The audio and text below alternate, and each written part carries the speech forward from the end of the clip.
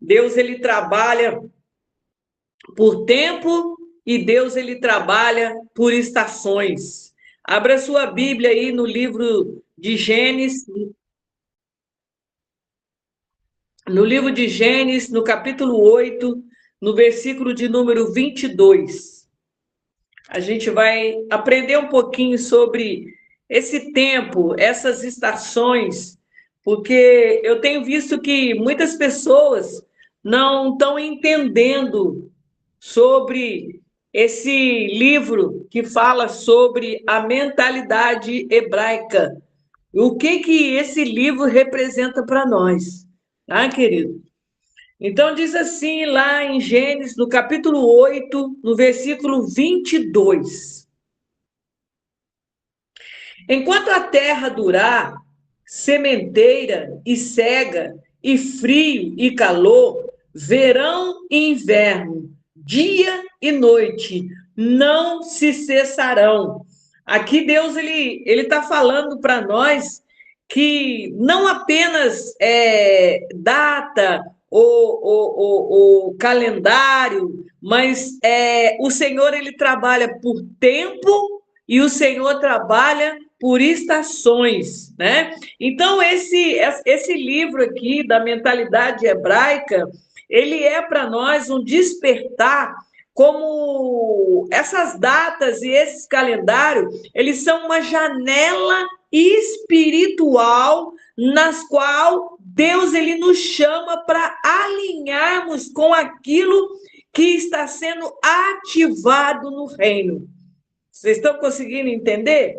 Porque quando o nosso coração ele se posiciona de uma maneira correta, o céu ele vai encontrar espaço para agir aqui na terra.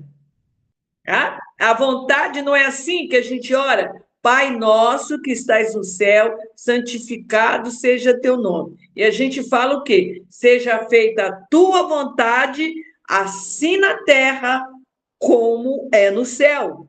Então, para a vontade de Deus ser feita aqui na terra, o nosso coração tem que estar alinhado, posicionado de acordo com a vontade de Deus. Amém? Aí a gente vê que Noé, quando ele chegou, quando ele parou com a arca ali no Monte Ararat, a Bíblia diz que foi aqui no capítulo 8 mesmo, a palavra do Senhor diz, lembrou Deus de Noé e de todo animal e de todos os réis que com ele estava na arca. E Deus fez passar um vento sobre a terra e aquietaram-se as águas. E no versículo de número 4 diz, e a arca repousou no 7º mês, no dia 17 do mês, sobre o monte Ararat. Por isso, querido, que Deus ele mostra para nós que ele trabalha no tempo, ele trabalha nas estações para fazer esse alinhamento, né? Ativando a vontade dele na nossa vida. E toda transformação, querido, que Deus faz na nossa vida, ela começa com o quê? Ela começa com um alinhamento, né? Você vê que para um pedreiro construir uma casa, ele tem que ir colocando plumo e ali medindo, que se a parede ficar meia torta, não vai dar certo. Outro exemplo é quando Deus ele trabalha com o oleiro, como o oleiro, ele pega o barro e ele vai moldando o vaso. Se não ficar do jeitinho que ele quer, solta tudo de novo e começa a fazer. Então, Deus não pode começar um alinhamento na nossa vida, senão tem que começar primeiro, toda transformação na nossa vida vai começar por esse alinhamento. Então, antes de Deus conduzir o povo dele para viver novos níveis, quando Deus tirou o povo de Israel ali do sofrimento, tirou o povo do cativeiro de Faraó ali no Egito, o que Deus fez? Deus tira eles, né?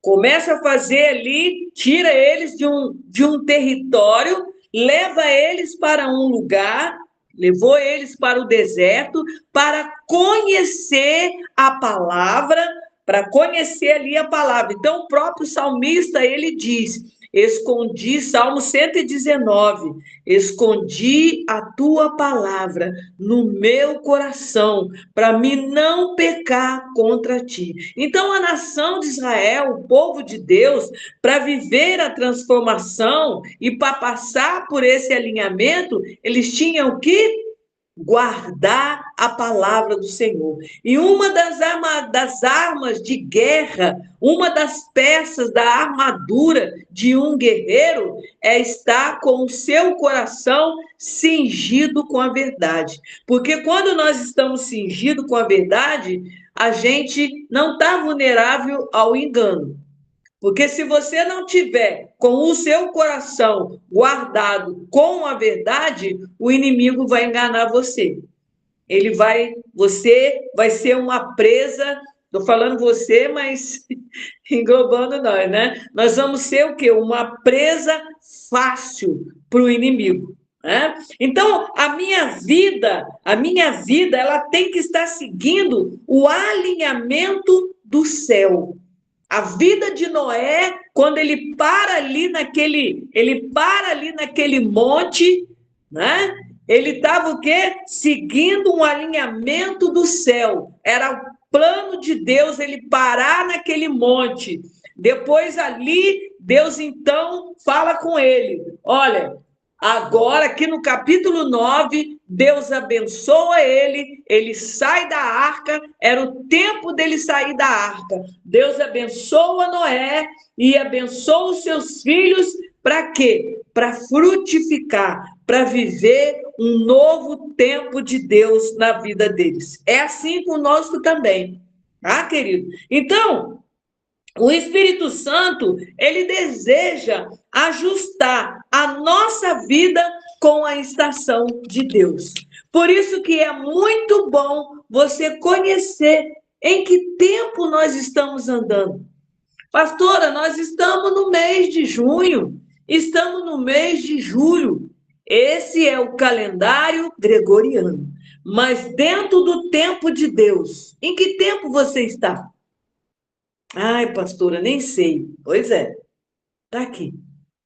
Para nós aprender a andar no tempo de Deus. Nós estamos no mês de Tamuz, né? É o mês para a gente refletir, é o mês para nós jogarmos por terra toda a idolatria, porque foi nesse mês que a nação de Israel construiu um bezerro de ouro. Foi nesse mês que a nação de Israel, né, em vez de glorificar o nome do Senhor, levantou-se um bezerro. Deus tira eles de um sofrimento para que eles chegassem no deserto e glorificassem o nome do Senhor, mas o coração deles ainda estava lá, no Egito. Por isso que o Senhor fala que quando nós aceitamos Jesus, nós somos agora o quê? Nova criatura. O passado já era. Só que a nação de Israel, eles morreram no deserto, porque eles não conseguiram tirar o passado de dentro deles. E é isso que a gente vai aprender hoje. Amém, querido? Uma outra parábola que o Espírito Santo estava me ensinando, a parábola das virgens, né? Das 10 virgens, ali em Mateus 25, de 1 a 13. O que aconteceu ali, querido? Uma passagem muito comentada, muito pregada, muito estudada na igreja. Ali, aquelas 10 virgens estavam o quê? Elas estavam aguardando a vinda do Senhor. Todas estavam aguardando o mesmo evento. Todas elas estavam aguardando e esperando a vinda do Senhor. E o que aponta o azeite para nós? O azeite, querido, para nós significa uma preparação de um ciclo de Deus. Por quê? Porque o azeite, ele aponta para a cura. Amém? O azeite aponta para a cura. O azeite aponta para a busca constante do Espírito Santo de Deus na nossa vida, não é? A nossa botija precisa estar cheia de azeite para aguardar a vinda do Senhor. Então, e o azeite, querido, e a lição aqui que nos ensina que esse ciclo, né, esse tempo em que as noivas estavam ali, era um tempo de vigilância, né? Era um tempo em que elas tinham que ficar vigilantes, porque a qualquer momento o Senhor ia chegar. E foi assim, né? O Senhor chegou. As 5 loucas, o que aconteceu com elas? As loucas e as insensatas não vigiaram. Por quê? Não sabia o tempo de Deus, não sabia os ciclos de Deus. Né? E ali faltou o quê? Faltou o azeite. Faltou o quê? Quando falta azeite, falta o quê? Representa uma vida, querido, sem oração, uma vida sem palavra, né? Uma vida de busca. Isso tudo, o Espírito Santo é isso, querido, é uma vida de busca. A igreja do Senhor precisa buscar, né? Essa presença do Espírito Santo. Então, quando a gente vigia, quando nós vigiamos, nós estamos o quê? Nós estamos vivendo o tempo de Deus. O tempo de Deus e os seus movimentos. Porque o Noé, ele ficou ali dentro, Deus mandou que ele entrasse dentro da arca, e o Senhor falou o que para ele? Fica aí, não abre, né? Não abre. E ele ficou ali quietinho. Se fosse um outro que não andasse em obediência a Deus, ia ficar curioso. O que será que está acontecendo lá fora? Acho que eu vou fazer um buraquinho aqui, acho que eu vou olhar. Não é assim? A curiosidade, a ansiedade do coração. Mas ele ficou esperando o tempo de Deus e a estação de Deus. As outras pessoas que estavam ali, estavam nem aí. O que aconteceu? Se perderam. E Deus vai falando, querido, Deus vai ensinando Noé a arca para, mesmo assim ele ainda não abriu. Ele ficou esperando o tempo de Deus. Ele ficou esperando a hora de Deus. Ficou esperando a estação certa. E aí Deus fala, olha, por isso que a gente tem que prestar atenção, irmão. Aí o Senhor fala aqui, né? E Deus lembrou de Noé. Deus, quando fala com Noé, Deus também está falando comigo, Deus está falando com você. É Deus falando para você, Rosiane, eu vou lembrar de você. Você está passando uma estação difícil, uma estação, vamos dizer assim, um tempo de vigilância, Deus vai te socorrer. Porque você está com a vida, com a sua lamparina cheia de azeite, o Senhor virá sobre os seus, o Senhor virá te socorrer. Entendeu, querido? Aqui a Bíblia fala no versículo 13 do capítulo 8 de Gênesis. Então a Bíblia diz assim: então esperou ainda os outros 7 dias e enviou fora a pomba, mas não tornou mais a ele. E aconteceu que no ano 601, no mês primeiro, no primeiro dia do mês, as águas secaram sobre a terra. Então Noé tirou a cobertura da arca e olhou, e eis que a face da terra estava enxuta. E no segundo mês, aos 27 dias do mês, a terra estava seca. Foi aí, querido, que o que Noé fez? A Bíblia diz no versículo 20, ele edificou um altar ao Senhor, ele agradeceu a Deus, né? A nossa vida tem que ser uma vida de gratidão. Ele agradeceu o Senhor por ele estar agora vivendo o quê? Um novo ciclo na vida dele, uma janela espiritual, né? Aonde Deus chama ele para ter aquele alinhamento. E a gente vê que depois que Noé sai, ele vai multiplicar, ele vai frutificar, ele planta ali ele faz ali a plantação dele, né? E depois ele mesmo colhe aquelas uvas, né? Ficou tão alegre, embriagou tanto que acabou até tirando a roupa, de tão feliz que ficou. Não vigiou. Mas a gente vê que Deus tem o tempo dele, a estação dele, a hora dele de trabalhar na nossa vida, né? Então, querido, essa passagem dessas virgens traz uma grande alerta para nós. Como está a nossa lamparina? Como está o nosso azeite? Como está a nossa vida de oração, a nossa vida de palavra? Nós estamos alinhados com o céu? É assim que está a nossa vida? Porque um outro testemunho que Deus me ensinou, querido, foi de Neemias. Neemias, ele foi um homem que também se moveu na estação. Neemias foi um homem que soube se mover no tempo de Deus. Neemias, querido, ele foi chamado para viver um tempo de restauração, um tempo de conquista.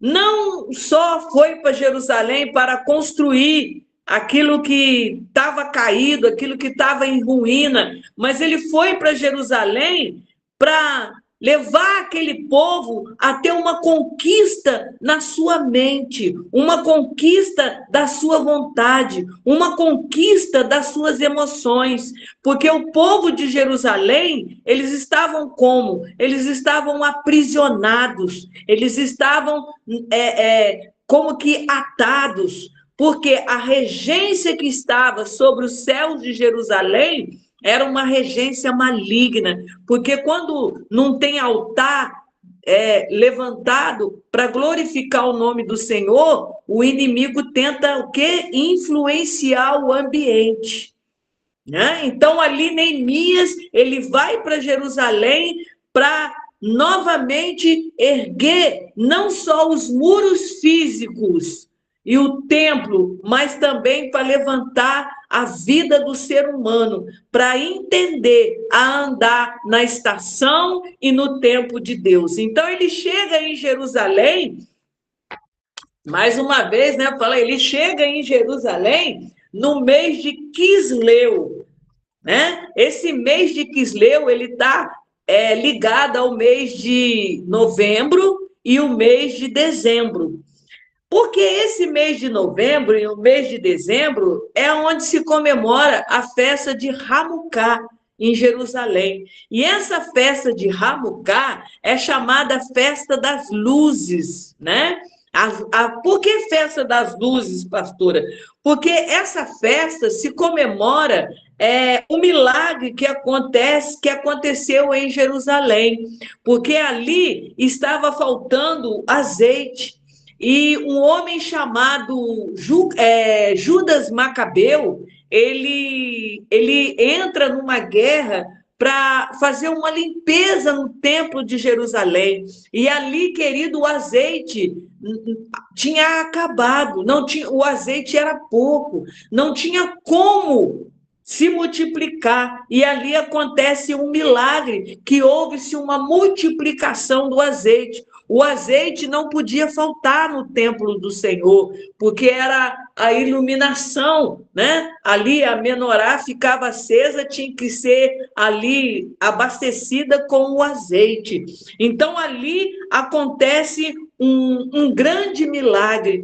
E a gente vê que Neemias, querido, olha tudo, as estações, os tempos, nós precisamos aprender isso, querido, amém? Essas janelas espirituais que abrem sobre a nossa vida. Então, Neemias, ele entra ali, querido, na brecha, né? Ele entra na brecha para a restauração do templo, para a restauração daquele povo. Então, nenhuma vida espiritual, querido, ela se desmorona assim da noite para o dia. Ah, fulano desviou. Ah, fulano tá desanimado. Fulano aconteceu isso. Não, querido, não, não. Nenhuma vida espiritual, ela vai assim de um dia para o outro, já cai. Não. As brechas, elas começam devagarzinho, tá? Elas vão assim, a pessoa vai deixando isso, vai deixando aquilo, vai deixando, deixa de... eu orava, eu ia no monte, eu não faltava culto, mas devagarzinho a pessoa vai deixando, vai deixando. Então, o inimigo sempre procura uma brecha para ele poder entrar. E é por isso, querido, que Deus, como Pai, ele nos corrige. A palavra do Senhor diz no livro de Hebreus que nós estamos rodeados de tão grande nuvem de testemunho. Então, nós temos que correr essa corrida que nos está proposta sem embaraçar. Nós não podemos nos embaraçar nesta corrida. Então, o que Deus faz? Deus, ele nos corrige, ele nos ensina para tirar. Não é assim que o Salmo 91 fala? Que Deus dá ordem aos anjos dele para tirar todas as pedras do nosso caminho? Por que os anjos têm que tirar as pedras? Talvez você não viu o quanto de livramento Deus te deu nesse dia. O quanto Deus te livrou você lá no seu trabalho, irmã Bruna. O quanto Deus te livrou você, irmã Ângela, ali no seu trabalho. Porque a intenção do inimigo é o quê? Colocar pedra no nosso caminho para que a gente não avance.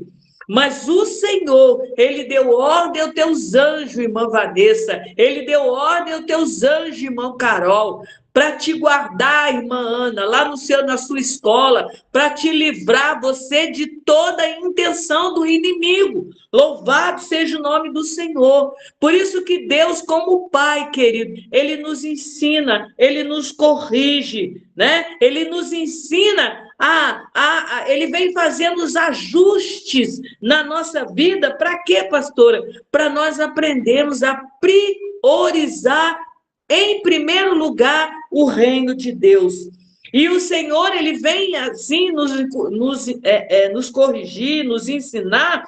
Por quê? Porque Deus quer fortalecer o nosso interior e nos preparar para viver o tempo profético dele. Não foi assim com Noé? Noé passou os períodos difíceis, mas chegou a hora de viver o tempo da realização. Você não vai ficar nessa prova toda a vida, minha irmã. Você vai sair dessa prova. Deus vai te tirar você dessa prova. Você vai viver o tempo profético, você vai viver o tempo que Deus tem na sua vida. Se você recebe, dá um glória a Deus aí. Amém? Então, Deus vai levar você para viver esse tempo profético. E a palavra de Deus diz lá em Filipenses que nós temos que esquecer as coisas que para trás ficaram e avançar nas que estão adiante de nós. E qual é a prisão? O que tem prendido a sua vida? O que tem impedido a irmã de viver, as irmãs, a igreja, de viver esse alinhamento de Deus, essa transformação para nós vivermos o profético de Deus? O que tem nos prendido? Eu quero dar um outro exemplo para os irmãos, que foi a vida do profeta Jonas. O profeta Jonas, ele foi um homem preso no seu emocional. Hoje eu tenho visto, querido, muitas pessoas, né? A igreja do Senhor presa no seu emocional. aqui esse homem, esse profeta chamado Jonas, ele foi um homem que ele foi paralisado, dominado pelo seu emocional. O nosso emocional, querido, ele não pode governar a nossa vida. Porque se o nosso emocional governar a nossa vida, a gente corre o risco de fazer tudo errado, né? Então, o orgulho e o medo guiou a vida, as ações do profeta, a amargura, a angústia, né?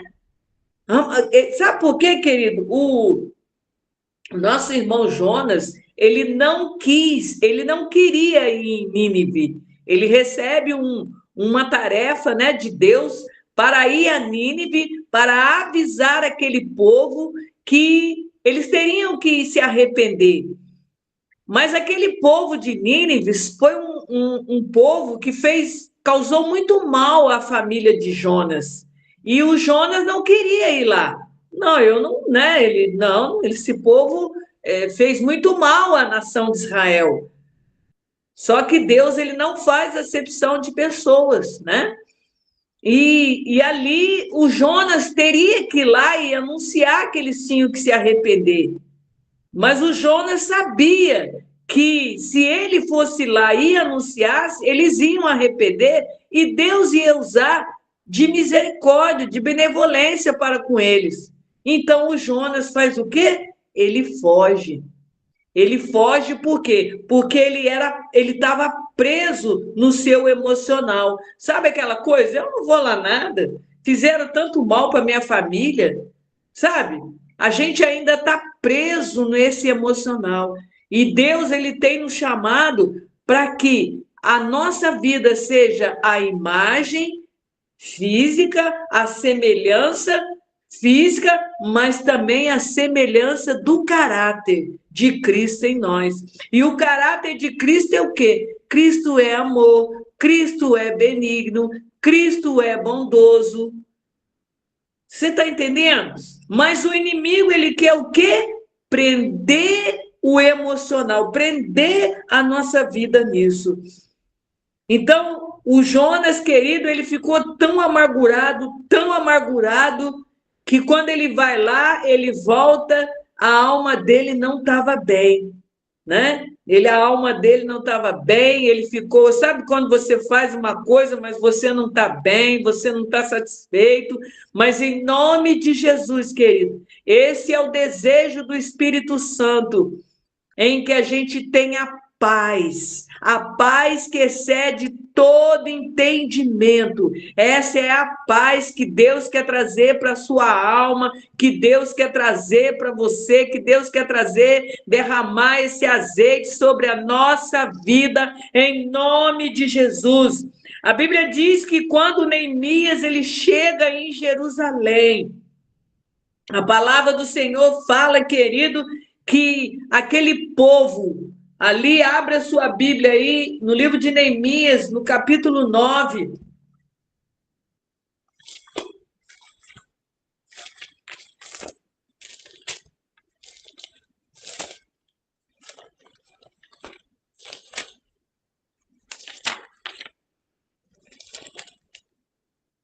Neemias, capítulo 9, querido, o povo, eles estavam já debaixo de uma correção, debaixo de um despertamento, e eles entram num tempo de arrependimento e de confissão do pecado. E diz assim a palavra do Senhor, e no dia 24 deste mês, olha como Deus, querido, ele faz sempre referência ao mês, né? Aí aqui o Senhor fala, no dia 24 desse mês, se ajuntaram os filhos de Israel com jejum e com pano de saco, que traziam terra sobre si. E a geração de Israel apartou-se de todos os estranhos, e puseram-se em pé e fizeram confissão dos seus pecados e das iniquidades dos seus pais. Aqui, querido, muitas das vezes a gente está vivendo uma repetição de ciclos. E essas repetições de ciclos, muitas das vezes, são originárias, né, de pecados, de iniquidade. E a nação de Israel, ali, eles estavam vivendo isso. Eles estavam vivendo debaixo de uma ação de iniquidade. Aí você vai perguntar para mim, pastora, o que é iniquidade? Eu já ensinei aqui para vocês, e eu perdi a página aqui, achei. O que é a iniquidade? A iniquidade, querido, é tudo aquilo que se desvia da verdade. E a intenção do inimigo é que a gente se desvie da verdade. Para quê? Para ele prender o nosso emocional. Aí, lá no Salmo de número 91, tem um demônio chamado o quê? Laço do passarinheiro, que prende a mente, e prendendo a mente, ele vai trazer o controle sobre o seu emocional. Então, aqui, querido, tudo aquilo que se desvia da verdade, a iniquidade, na realidade, ela é descrita como raiz do pecado. É ela que sustenta a repetição de comportamentos na sua vida, na sua família. E isso, querido, precisa ser o quê? Tirado. Mas como, pastora, que isso sai? Através do perdão. Quando nós liberamos o perdão, tá? Isso precisa ser tratado, isso precisa ser tirado. Por quê? Porque você fala, mas pastor, eu já pedi perdão para Deus, né? E Deus, querido, ele já te perdoou. O Senhor já te perdoou. Por quê? Porque o Senhor já levou sobre si todas as nossas enfermidades, todos os nossos pecados. E quando nós nos arrependemos, o sangue dele nos purifica de todo o mal. Mas o inimigo, querido, o inimigo das nossas almas, o que ele faz? Ele, quando acontece algo na nossa vida, ele pega os fragmentos, eu já expliquei isso aqui para os irmãos, ele pega um fragmento daquela dor, daquela fase difícil da sua vida, é como se ele prende uma área da sua alma, né? Como se fosse assim, um DNA espiritual. E ali, querido, ele fica ali, conduzindo o homem, sabe? Desde o momento da sua concepção. Aquilo que a raiz da sua família, sabe? Que leva aquela maldade, que leva aquelas pessoas com doenças emocionais na família. Pessoa com doença de coração. Quando a gente vai no médico, o que o médico pergunta? Tem alguém que tem problema de coração? Tem alguém que tem problema de diabetes? Para que ele pergunta isso? Porque olha como a Bíblia ela é viva, ela é eficaz. Porque a palavra do Senhor diz que ele faz o quê? Ele visita a nossa geração. O que significa isso? Que ele visita a nossa geração. Porque ele é um Deus de estações, ele é um Deus do tempo. Ele faz uma fiscalização, uma vigilância na sua genética. Para quê? Para te livrar você de todo nível de cativeiro familiar. Pastora, mas como que eu faço isso? Pedindo perdão a Deus e cancelando todo o mal sobre a sua vida. Aqui, o povo de Israel, ali em Neemias, capítulo 9, eles fazem confissão de seus pecados e das iniquidades dos seus pais.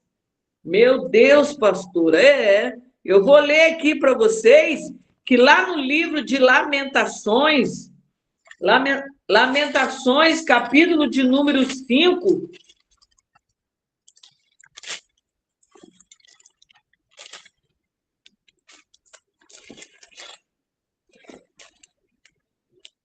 espera aí que eu vou achar o Lamentações aqui. Lamentações 5:7 diz assim, ó: os nossos pais pecaram e já não existem. Já não existem.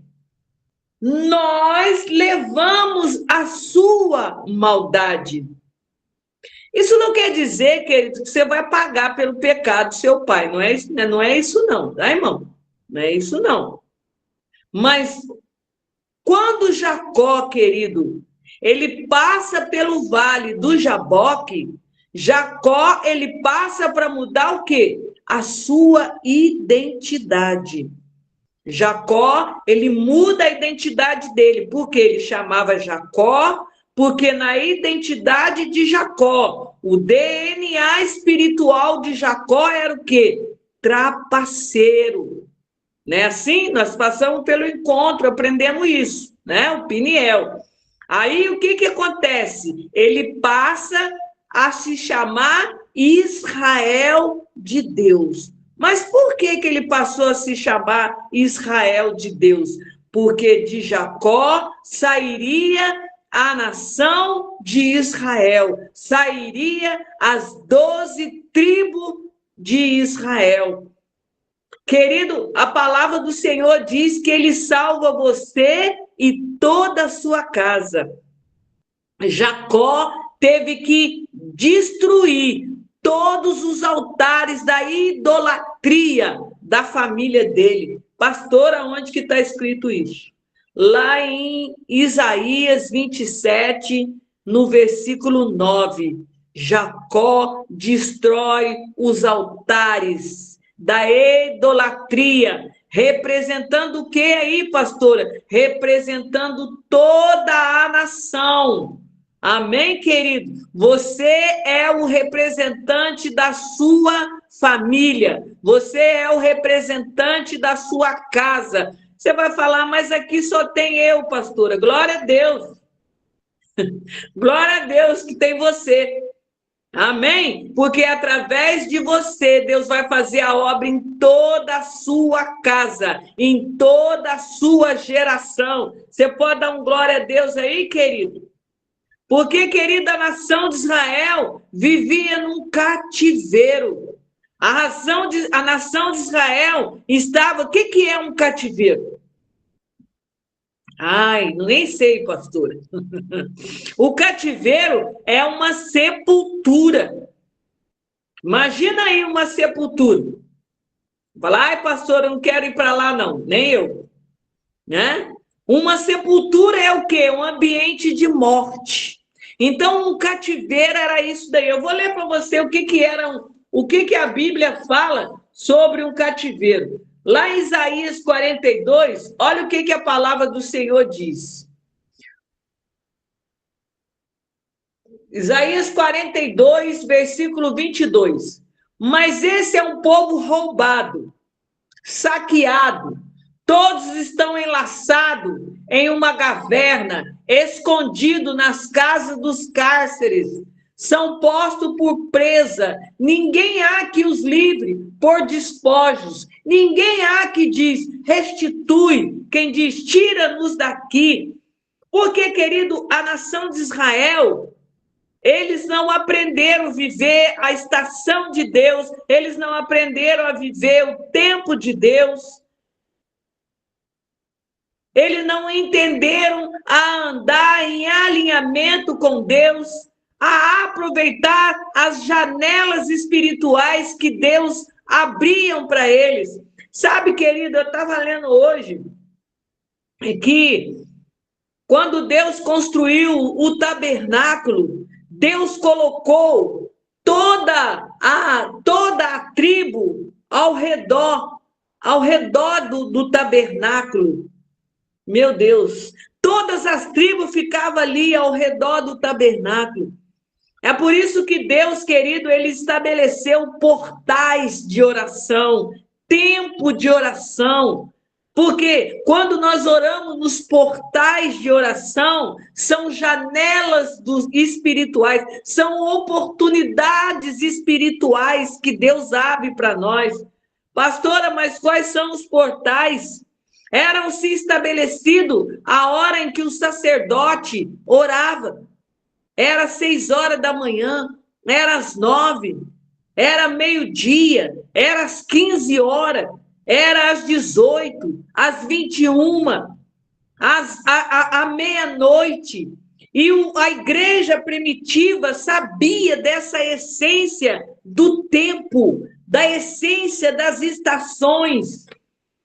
Paulo e Silas orava que hora? À meia-noite. Mas não tinha outra hora para ele orar, não, irmão. Mas ele sabia entender, ele sabia andar no tempo de Deus e nas estações de Deus. E ele orou meia-noite e as cadeias se quebraram. As cadeias se quebraram. Outra passagem que fala, querido, do tempo, da hora, das estações, é quando Pedro entra ali na Porta Formosa e aquele mendigo estava ali, era que hora, querido? Para que a Bíblia ia colocar isso lá? Era às 15 horas, hora nona. Foi a hora, querido, em que aquele homem que paralisado lá sai andando e sai correndo. Então, querido, as janelas espirituais, oh, mistério. As janelas espirituais que Deus abre para nós. Meio-dia é hora de você orar. Por quê, pastora? Porque meio-dia, querido, quando há um plantão do inimigo, há um plantão do inferno, há um tempo em que o diabo libera lá seus demônios. É o laço do passarinheiro, é a peste que voa. É a hora, querido, em que você e eu temos que clamar e pedir ao Senhor que nenhuma praga chegue na sua casa, porque a sua casa está no esconderijo do Altíssimo e está na sombra do Onipotente. Oh, louvado seja o nome daquele que vive e reina. Ô Santo de Israel, ô Deus vivo de poder. E às vezes a gente, querido, nós que somos cristãos, Deus, ele quer fazer o quê, pastora? Ele quer fazer um despertamento na nossa vida. Deus, ele quer fazer uma reparação. Porque antes, querido, de Deus restaurar algo na sua vida e na minha vida, primeiro ele faz uma reparação. Aonde a minha muralha e a sua foi rompida, aonde nós deixamos uma brecha para que o inimigo haja. No Salmo de número 5, o salmista Davi, ele tinha uma intimidade muito grande com Deus, né? Ele, no Salmo de número 5, ele diz assim: dá ouvido às minhas palavras, Senhor. Atende a minha meditação. Porque tu não... Como é que ele fala aqui? Porque tu não é... Não, peraí que eu estou lendo errado aqui, irmão. Peraí. Deixa eu ler de novo. Dá ouvido às minhas palavras, Senhor, e atende a minha meditação. Atende a voz do meu clamor. Rei meu e Deus meu, pois a ti orarei. Olha, pela manhã ouvirás a minha voz. Pela manhã me apresentarei a ti e vigiarei. Porque tu não és um Deus que tenha prazer prazer na iniquidade, e nem contigo habitará o mal. Deus não tem prazer na iniquidade da sua família. É por isso que nós vamos, no final, orar, cancelar, em nome de Jesus. Em nome de Jesus, tudo aquilo que está nos ferindo, tudo aquilo que está nos prendendo, tudo aquilo que está tentando, sabe, paralisar, e a gente está nesse deserto e não sai do deserto, e vai andando e não sai, mas em nome de Jesus, nós vamos sair do deserto. Porque o deserto é necessário? O deserto é necessário. Aqui, quando o salmista fala, né? Qual foi a muralha que foi rompida? Né? Ele fala aqui que onde está a iniquidade da família dele. Ele precisava fazer como Neemias, levantar as muralhas espirituais e fechar as brechas do templo, que é a nossa vida. Nós somos o templo do Espírito Santo. As brechas da nossa vida precisam ser fechadas. Então, queridos, antes de Deus promover a nossa vida, quem está entendendo essa palavra? Amém, querido? Antes de Deus fazer uma promoção na sua vida, existe um processo. Só a irmã Rosiane que está entendendo aqui, é a irmã Rosane. A pastora Tis também. Antes da promoção, vai existir o quê, pastora? Vai existir um processo. Né? Vai ter um processo na nossa vida. E esse processo, querido, antes de existir a colheita, vai ter que ter o quê? Um alinhamento. Amém? Por quê?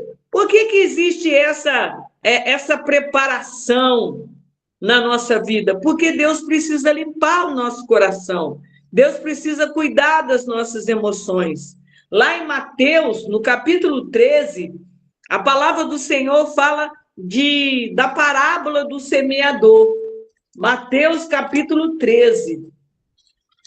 Aqui, o Senhor fala dessa parábola quando, ouvindo a palavra do reino e não entendendo, vem o maligno e faz o quê? Arrebata o que foi semeado no seu coração. Este é o que foi semeado, o quê? No pé do caminho. Aí vem a outra condição. Porém, o que foi semeado em pedregais. Que pedregais é essa? Deus não está falando, querido, de um monte de pedra, não. Deus está falando do nosso interior. Sabe? Essas pedras significam emoções, coisas que estão presas, dor que estão presa, mágoa, amargura, sabe? Ódio, ressentimento. Olha o Jonas, não quis ir lá falar com o pessoal de Nínive, porque estava debaixo de uma amargura. Às vezes nós estamos debaixo de uma amargura, querido, e a gente nem percebe. Mas o Senhor quer nos curar. O Senhor quer nos curar. E aqui, o que acontece? Porém, o que foi semeado em pedregais é o que ouve, logo recebe com alegria. Mas não tem raiz,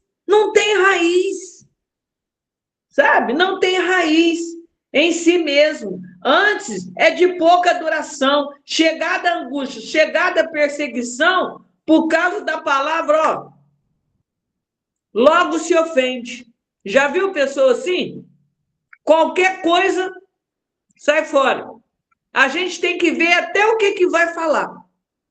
Porque são pessoas presa, mas mistério, mas em nome de Jesus, todo nível de cativeiro sobre a nossa vida vai ser quebrado hoje, em nome de Jesus. Toda falta de alinhamento na nossa vida, que o Senhor venha alinhar os nossos sentimentos com a vontade de Deus. Nós vamos ser livre de todo cativeiro em nome de Jesus Cristo, porque a palavra do Senhor, querido, ela não volta vazia. Nós não estamos aqui, você aí na sua casa, eu aqui na minha, em vão. Nós estamos aqui porque o Senhor quer nos libertar, o Senhor quer nos ensinar. A gente não está brincando de grupo, não. Nós queremos ser libertos. Nós somos um povo que queremos agradar e fazer a vontade do Senhor. Amém? Então, querido, o nosso coração, e Deus ainda fala dos espinhos. Espinho é aquela dor, aquela depressão, aquela opressão na vida da pessoa, que a pessoa está ali, arrasada por dentro. Louvado, engrandecido seja o nome do Senhor. E Deus quer transformar, querido, Deus quer mudar a história. A voz do Senhor, ela vem para transformar o nosso interior. Se a gente for ler na palavra do Senhor, você vai ver que Deus, quando encontra com a samaritana, Deus, quando encontra com aquela mulher, querido, foi para mudar a estação, mudar o tempo da vida dela, levar ela para viver um ciclo novo na vida daquela mulher, uma mulher que era tão envergonhada, tão presa em cadeias da tristeza, do medo, da prostituição, né? A amargura, aquela mulher era uma mulher amargurada. Amém? Então, Deus colocou diante de nós, querido, um desafio. Que desafio é esse, pastora? De conquistar a terra do lado de dentro. Às vezes a gente fica muito preocupado com as nossas vestes espirituais, com as nossas vestes por fora. Eu vou vestir assim, eu vou vestir aquilo. E Deus, o Espírito Santo, quer trabalhar no nosso interior, porque ele fala que do nosso interior manarão rios de água viva. E esses rios de água viva vai nos levar para a vida eterna. Amém, queridos? Louvado seja o nome do Senhor. Então, Deus quer nos ensinar a conquistar a terra para o lado de dentro. Conquistar a terra para o lado de dentro significa conquistar a nossa mente, a nossa vontade, as nossas emoções. Como eu disse para os irmãos, Neemias chega em Jerusalém como um agente de transformação, mas não de transformação de muro, de porta, mas a transformação foi visível na vida daquele povo, que quando eles ouvem a palavra do Senhor, a alegria deles foi tanta que eles começaram a chorar. E Neemias fala para eles: não chora, alegra o coração de vocês, que hoje é o dia que o Senhor preparou para nós, e a alegria do Senhor é a nossa força. Glória a Deus, glória a Deus, glória a Deus. Então, querido, nós vamos pedir perdão para o Senhor, né? Porque em Isaías 53, né, ali está a fonte, quando o Senhor fala para nós aqui, vamos ler? Isaías 53? Isaías 53, e nós já estamos terminando aqui, querido, nós vamos orar.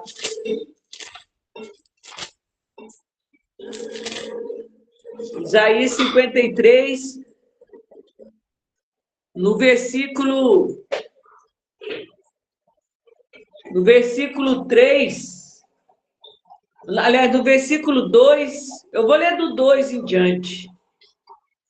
Porque foi subindo como um renovo perante ele, como uma raiz de uma terra seca, não tinha parecer e nem formosura, e olhando nós para ele, nenhuma beleza vínhamos para que desejássemos. Era desprezado, o mais indigno entre os homens, homem de dor, experimentado nos trabalhos, como um de quem os homens escondiam o rosto, era desprezado. Não fizemos dele caso algum, mas verdadeiramente ele tomou sobre si as nossas enfermidades,